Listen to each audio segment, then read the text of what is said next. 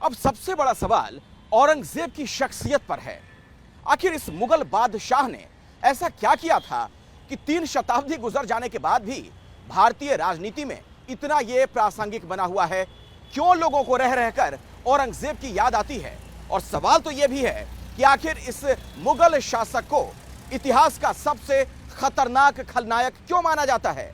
और गौर कीजिएगा जरा, चुनावी मौसम में ही इसकी याद आना यह भी कई सवाल खड़े करता है।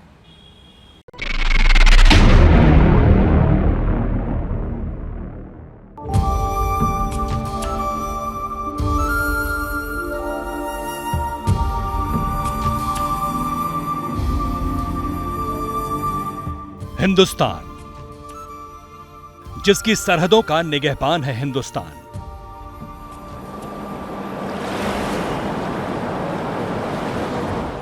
और गंगा जिसकी पवित्रता की सुख।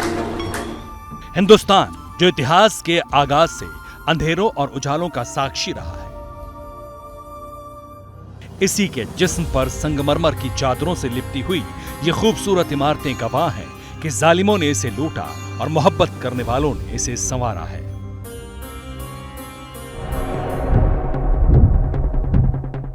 हिंदुस्तान जिसने जंग और जुनून के कई दौर देखे हैं, कई बादशाहों के मुस्तकबिल इसके सामने बने और कई शहंशाहों के वजूद इसकी नजरों के आगे मिट गए।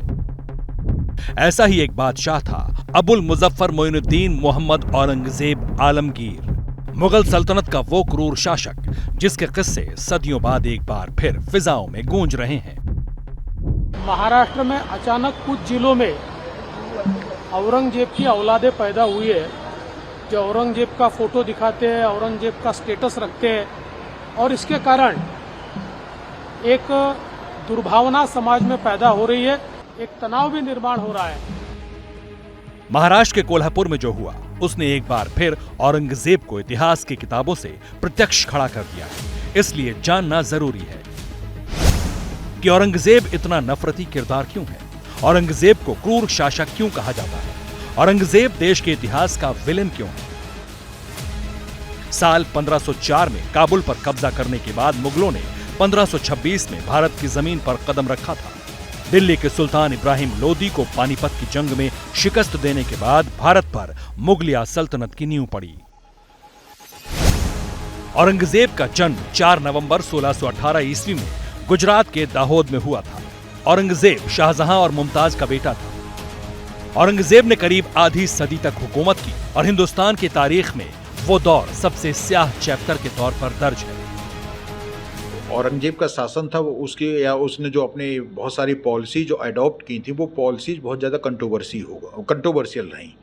और सबसे बड़ा इम्पैक्ट ये भी आया उसका कि मुगल एम्पायर के डिक्लाइन के लिए या खात्मे के लिए औरंगजेब को भी बहुत सारे इतिहासकारों ने रेस्पॉन्सिबल माना, जिसका अल्टीमेटली रिजल्ट ये निकला कि British east India company India में उस वैक्यूम को भरने लगी और धीमे धीमे उसने अपना राज्य कायम किया।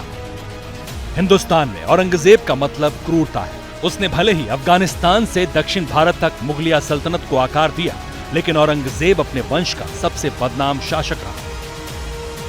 वो क्रूर जिसने बेहिसाब हिंदुओं को मारने के साथ मंदिरों को निशाना बनाया। औरंगजेब मजहबी तौर पर कट्टर शासक था, जिसके राज में हिंदुओं और सिखों का जबरन धर्म परिवर्तन करवाया गया। औरंगजेब की आतताई सोच के सामने उस समय गुरु तेग बहादुर जी हिंदवी चादर बनकर, एक चट्टान बनकर खड़े हो गए थे। इतिहास गवाह है कि औरंगजेब और उसके जैसे अत्याचारियों ने भले ही अनेकों सिरों को धड़ से अलग करा,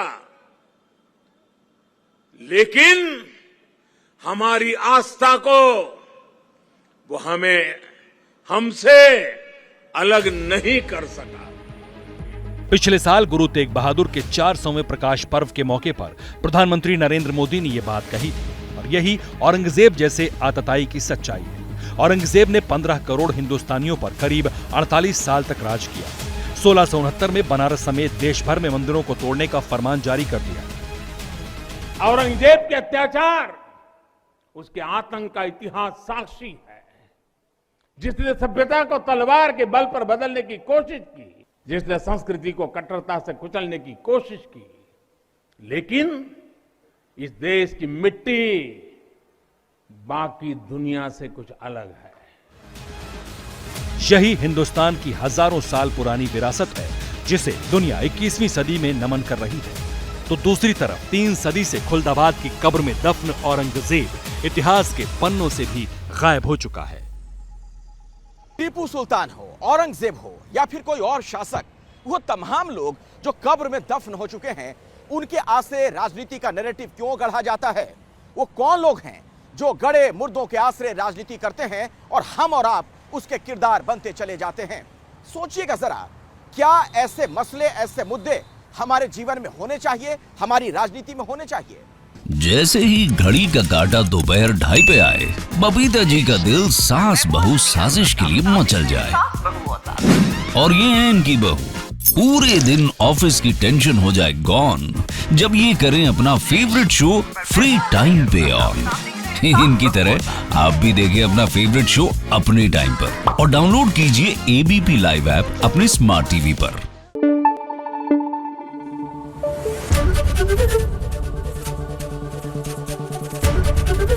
एबीपी न्यूज आपको रखे आगे।